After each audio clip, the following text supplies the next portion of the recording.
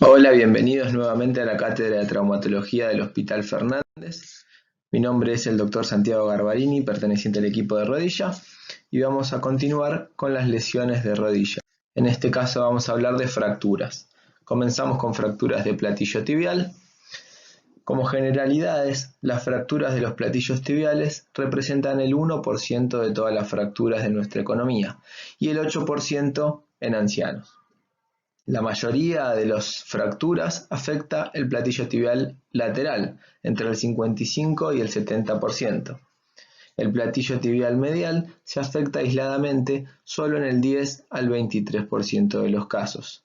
Ambos platillos se ven afectados del 10 al 30% de los casos.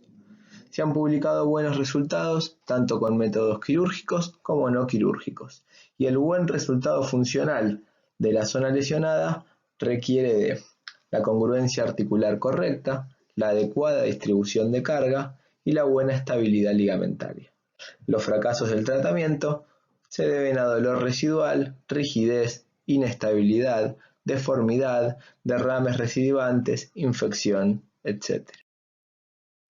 Como mecanismo de lesión, las fracturas de los platillos tibiales pueden producirse por una gran variedad de fuerzas. Un valgo o un varo forzados, compresión axial, como en el caso de las caídas de alturas, flexión o extensión bruscas, o mucho menos frecuente un traumatismo directo. Existen dos subgrupos de pacientes: los pacientes jóvenes con buena calidad ósea debido a mecanismos de trauma de alta energía, o pacientes ancianos en el contexto de osteopenia u osteoporosis en traumatismos de baja energía.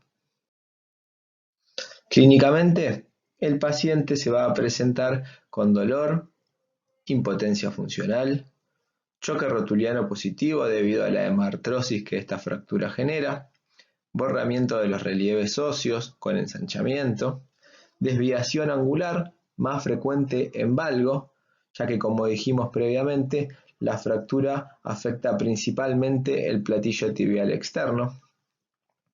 Puede haber un posible acortamiento en las fracturas bicondilias.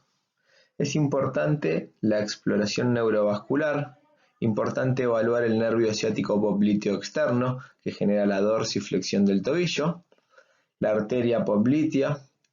Para eso es importante evaluar el relleno capilar, el color, la temperatura y los pulsos. Siempre es fundamental descartar un síndrome compartimental, principalmente en los tipos 5 y 6 de la clasificación de Schachter, que vamos a ver próximamente. Es importante también evaluar lesiones ligamentarias y lesiones asociadas. Como lesiones asociadas, el paciente puede presentar lesiones meniscales que se dan en un 20 a 50% de los casos, lesiones ligamentarias que se dan en un 10 al 30% de los casos en los pacientes que presentan fracturas de platillos tibiales. Puede haber lesiones osteocondrales u otras fracturas, como por ejemplo fracturas de rótula, de cóndilos femorales, de las espinas tibiales, etc. Como exámenes complementarios, vamos a pedir radiografías de frente, de perfil. Pueden ser necesarias radiografías oblicuas y axial de rótula. Como toda fractura articular, es de buena práctica hacerle una tomografía computada, si tenemos acceso a la misma, que nos va a permitir tener mayor claridad en cuanto a la morfología del trazo de la fractura, poder clasificarla y de esa manera elegir mejor el tratamiento. Y la resonancia magnética nos puede servir tanto como para evaluar lesiones asociadas, ligamentarias, meniscales, condrales, como también en casos en los cuales tenemos una alta sospecha por la clínica del paciente, donde no vemos el trazo de fractura en una radiografía, podemos pedir una resonancia donde se puede evidenciar con mayor claridad un trazo de fractura a veces no desplazado que en la radiografía simple nos genera alguna duda. Tenemos algunas imágenes. Acá vemos las radiografías de frente con la rodilla al cenit, la rótula al cenit, perfil por convención internacional a 30 grados. Vemos imágenes de diferentes tipos de fractura. Ahí vemos cómo las radiografías de frente cuando uno va rotando 45 grados hacia interno y hacia externo la rodilla, es decir, radiografías oblicuas, se evidencia mejor el trazo de fractura. En la imagen de abajo hacemos una radiografía con estrés en valgo y evidenciamos la apertura y la lesión del ligamento colateral medial en una fractura de platillo. Como les dije, en la tomografía computada vamos a evaluar con mayor precisión la afectación de la carilla articular, los hundimientos, y nos va a permitir poder clasificar adecuadamente la fractura. La tomografía computada también nos permite hacer lo que se denomina reconstrucción tridimensional, y esto nos ayuda mucho para tener una mejor idea tridimensional de la fractura y para poder hacer una adecuada planificación preoperatoria.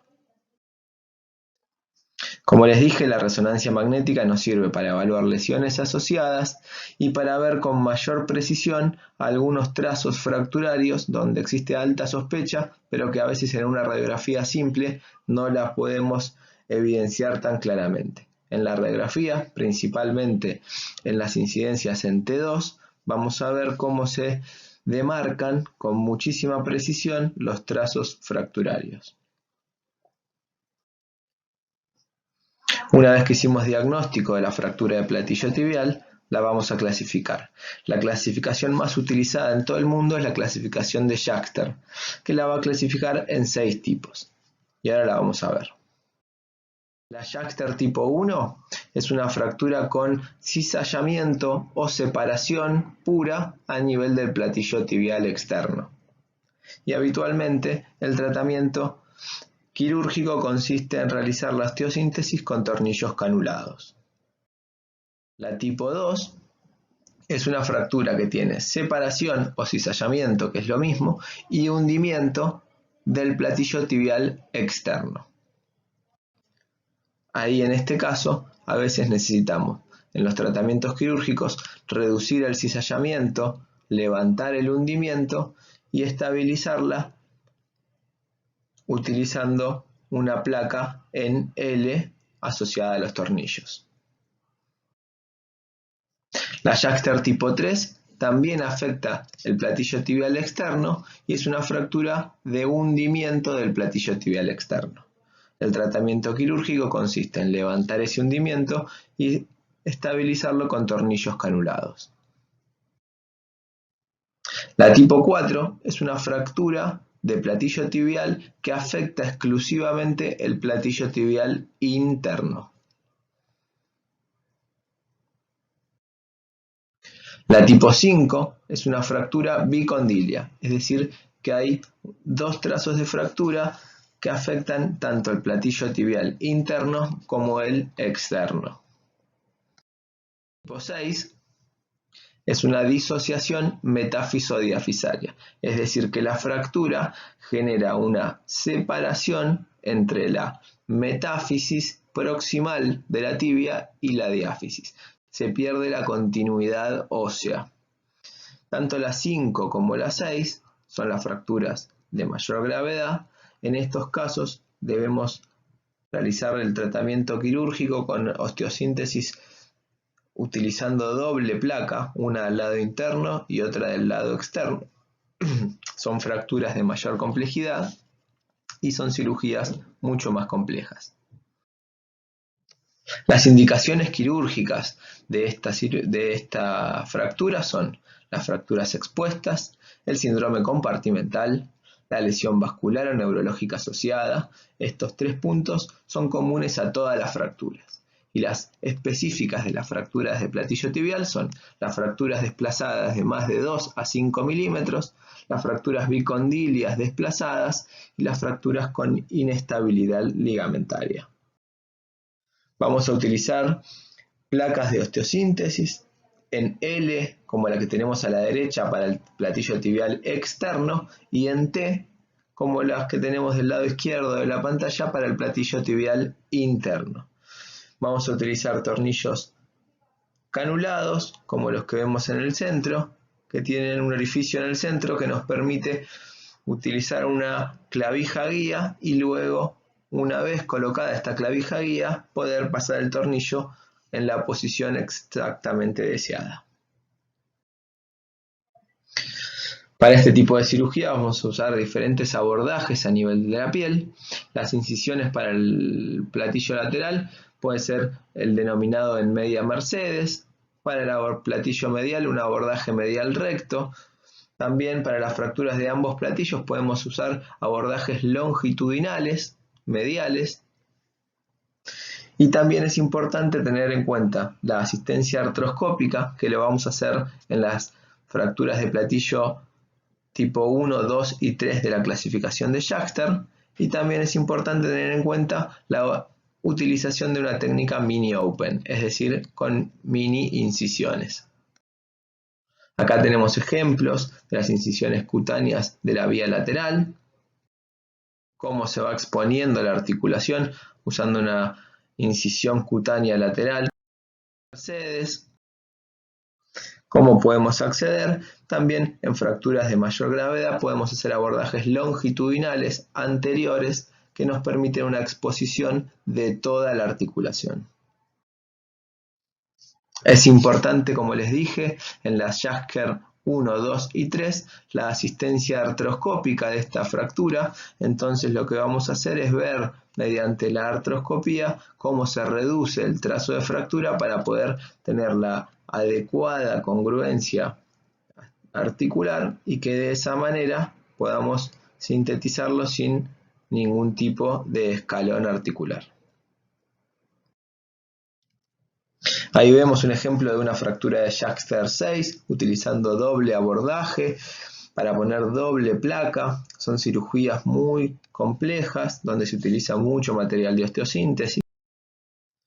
Acá tenemos otra Schachter tipo 6. Nótese también que está fracturado a nivel del cuello, el peroné proximal, por donde discurre el nervio ciático popliteo externo. Es de ahí la vital importancia en evaluar preoperatoriamente el nervio ciático popliteo externo, probando la dorsiflexión activa del pie del paciente. Acá vemos cómo en ese paciente anterior se utilizó una técnica de mini open para colocar el material. Vemos cómo se hace un pequeño abordaje y se va haciendo pequeños abordajes para poner los tornillos, siempre guiado por radioscopía. Vemos cómo esto evita el sufrimiento de las partes blandas. Vemos cómo se va controlando por radioscopía intraoperatoria hasta lograr el resultado deseado, recuperando la adecuada alineación de la articulación. Pasamos a fracturas de rótula.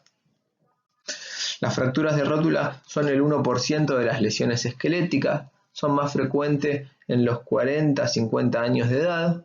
Hay un leve predominio en el sexo masculino.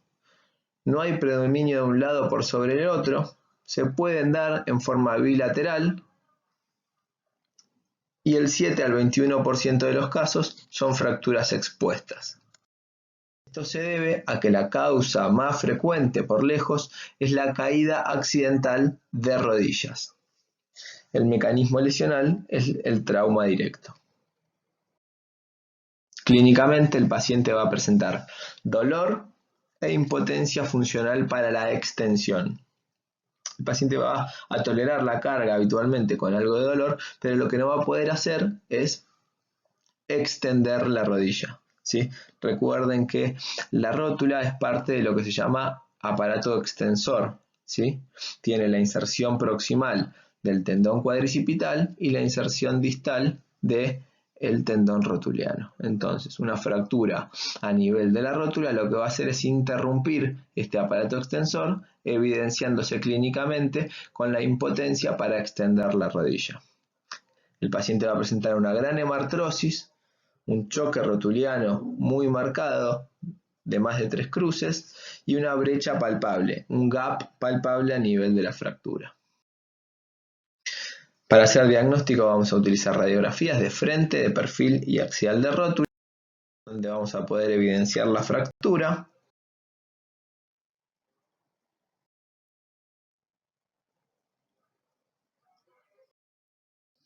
y la vamos a clasificar en base a la morfología de esta fractura, en fracturas sin desplazamiento, fracturas transversales, fracturas del polo inferior o del polo superior, fracturas con minutas sin desplazamiento, fracturas con minutas desplazadas, fracturas verticales o marginales y fracturas osteocondrales. El tratamiento incruento va a consistir en la aspiración de la martrosis si el choque rotuliano es positivo y es muy marcado, si la rodilla está a tensión. Se hace una artrocentesis evacuadora para calmarle el dolor. Se va a utilizar una calza de yeso en flexión de 5 grados por 3 a 6 semanas. Y el paciente va a poder realizar un apoyo parcial a la primera semana y un apoyo completo a la tercera semana. La indicación quirúrgica va a ser una separación de más de 3 milímetros o una incongruencia articular de más de 2 milímetros. Lógicamente las fracturas expuestas son quirúrgicas y el tratamiento quirúrgico va a consistir en una reducción abierta y fijación interna, o en caso de las fracturas del polo superior o polo inferior se puede optar por una patelectomía parcial, y en fracturas con minutas multifragmentarias se puede optar por una patelectomía total. Tenemos el material de osteosíntesis más utilizado en las reducciones abiertas y fijaciones internas, que son para realizar el sistema de absorbe-tracción. El sistema de absorbe-tracción utiliza 2 clavijas y una lazada de alambre, habitualmente en 8, y lo que va a hacer es convertir las fuerzas de distracción en compresión a nivel del foco. Vemos una imagen de la técnica quirúrgica. Lo importante es reducir adecuadamente la fractura. Pasar las clavijas es importante como detalle técnico. Una vez reducida la fractura con la pinza de reducción, palpar la carilla articular de la rótula, asegurándose de que la articulación esté completamente reducida y no haya escalones articulares. Entonces pasamos las 2 clavijas y luego el cerclaje de alambre en 8. También podemos utilizar tornillos de esponjosa o tornillos canulados para realizar la osteosíntesis. Como les dije, en caso de fracturas del polo inferior o del polo superior, podemos optar por una patelectomía parcial, como es el caso que tenemos en esta imagen, donde hay una fractura con minuta del polo inferior, se reseca el polo inferior fracturado y se vuelve a unir el tendón rotuliano al remanente de rótula que nos quedó sano. Eso muchas veces lo protegemos con un cerclaje de protección de alambre.